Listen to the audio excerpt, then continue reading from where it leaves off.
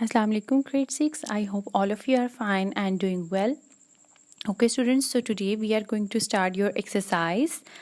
So, first of all, you have to open your page number 32. So, today we are going to discuss your question answers of your unit number 2, the C, and lesson number 2, that is green foods.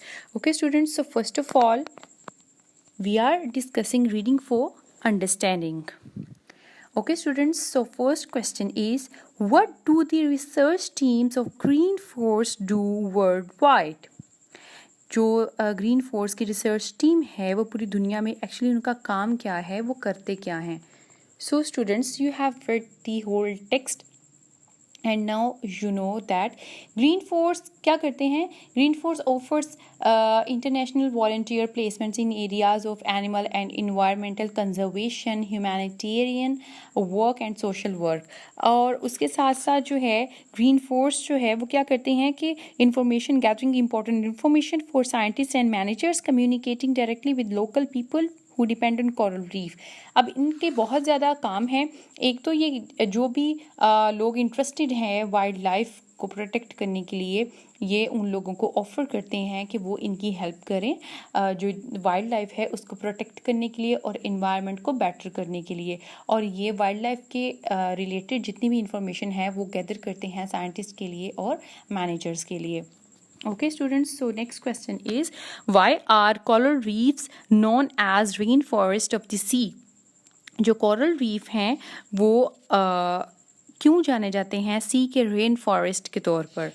Okay, students, so you have to explain this that coral reefs are widely known as the rainforest of the sea because they are home to such a massive diversity of species. क्योंकि यहाँ पर बहुत ज़्यादा species की variety आपको मिलती है. That's why this is known as rainforest of the sea. Okay, student, third question is, what three functions do the coral reefs fulfill apart from offering divers a beautiful underwater garden?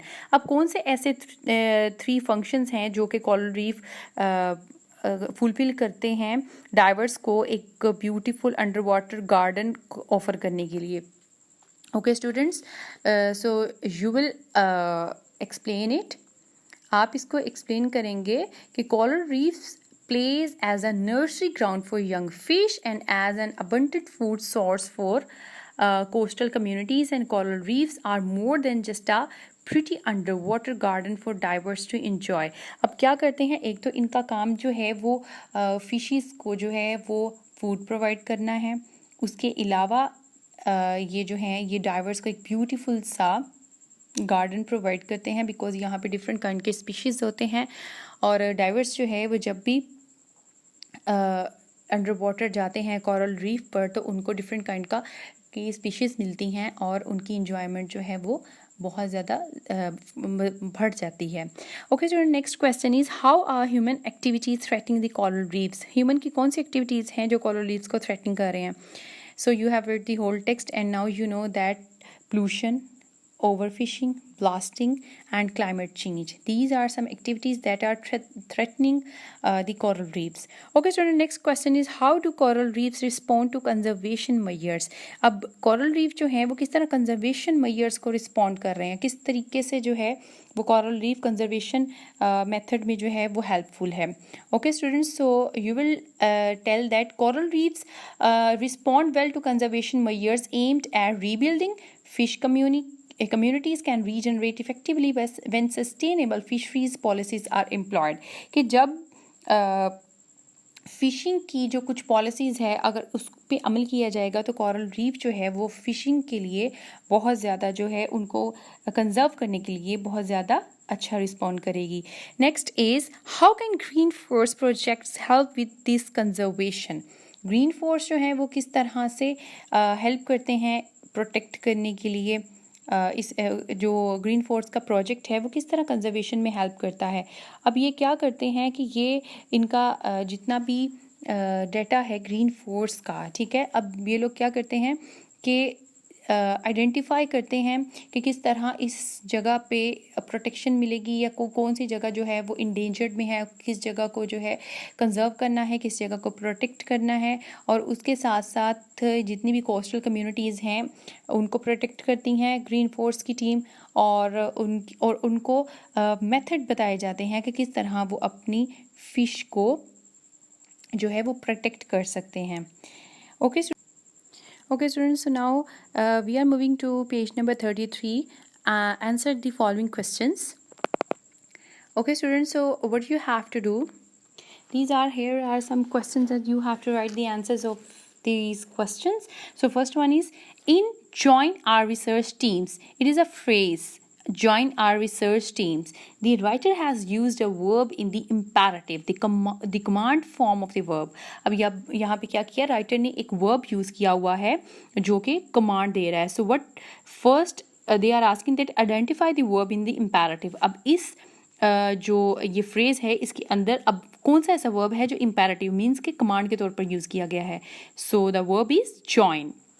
Next is, how does it persuade you to join Green Force. ये आपको कैसे force करता है, ये आप पे किस तरह इफेक्ट करता है कि आप जो है ग्रीन फोर्स को ज्वाइन करें.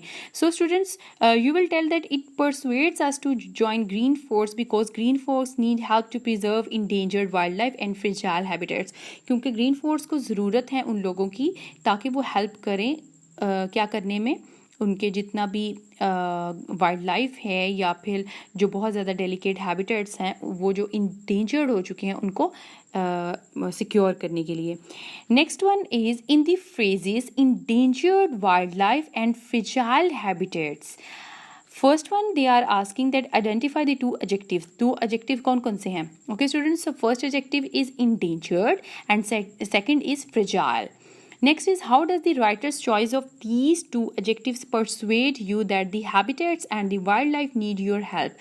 ये जो दो adjectives हैं ये किस तरह राइटर ने क्यों इनको चूज़ किया है और ये जो एडजेक्टिव्स हैं ये कैसे आपको परसुएड कर रहे हैं कि आपके वाइल्ड लाइफ को और हैबिटेट्स को आपकी हेल्प की ज़रूरत है. सो students, you will explain that these adjectives persuade us because these two adjectives show the dangerous and delicate situation of wildlife. ये हमें ये शो करवाते हैं कि जो वाइल्ड लाइफ है किस कदर डेंजरस है, किस कदर डेंजर में है और किस कदर डेलिकेट हुई हुई है. Next third one is in the line work on the wild side. First, they are asking that how do these words persuade you that working for green force would be fun? So students, ये आपके सामने एक line है work on the wild side. So first they are asking that ये जो words हैं work on the wild side ये कैसे आपको फोर्स कर रहे हैं, कैसे आपको कायल कर रहे हैं कि ग्रीन फोर्स के साथ काम करना जो है वो एक फ़न होगा. Students, so you will explain that these words persuade because it is a fantastic way to experience the culture and environment of a country and to give something in return to the local community. So आप इस तरह से इसको explain करेंगे कि ये जो लफ्ज़ हैं ये इसलिए ग्रीन फोर्स को ज्वाइन करने में फ़न होगा, ये हमें परसुएड कर रहे हैं क्योंकि ये एक फैंटास्टिक वे है जिसके ज़रिए आप अपनी कंट्री के जितना भी कल्चर है उसको एक्सपीरियंस कर सकते हैं और उसको रिटर्न में भी कुछ दे सकते हैं. Next is how does the exclamation mark also help to persuade you. अब यहाँ पर work on the wild side के आगे जो एक्सक्लेमेशन मार्क लगा हुआ है अब वो किस तरह से इंसान को कायल करता है कि वो जो है ग्रीन फोर्स को ज्वाइन करे. Okay students, so you have to explain that exclamation mark helps to persuade for fun. अब ये जो एक्सक्लेमेशन मार्क लगा हुआ है ये एक एक्साइटमेंट के लिए जो है वो एक्सक्लेमेशन मार्क लगा हुआ है एक्साइटमेंट को शो कर रहा है. Next fourth one is in the words of the volunteer हेले Adams. How does the writer's choice of the adjective fantastic persuade you that working for green force would be a good experience? अब जो हेले Adams के जो words थे उसमें पूछा गया है कि राइटर की जो चॉइस है जिसमें उसने एडजेक्टिव फैंटास्टिक यूज़ किया हुआ है वो किस तरह इंसान को कायल कर रहा है कि वो ग्रीन फोर्स के साथ अगर वर्किंग करेगा तो वो उसके लिए एक अच्छा एक्सपीरियंस होगा. Okay students, so you have to explain that these words persuades the so These words persuades, adjective fantastic, persuade, because working for green force can be a different and entertaining experience also, क्योंकि ये बहुत different और मज़े का experience होगा.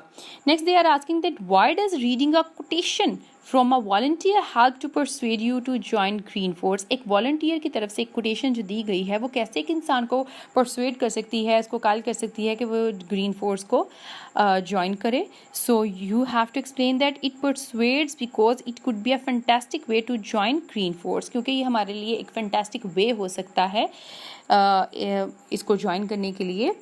Okay students, so these were some of your questions and their answers.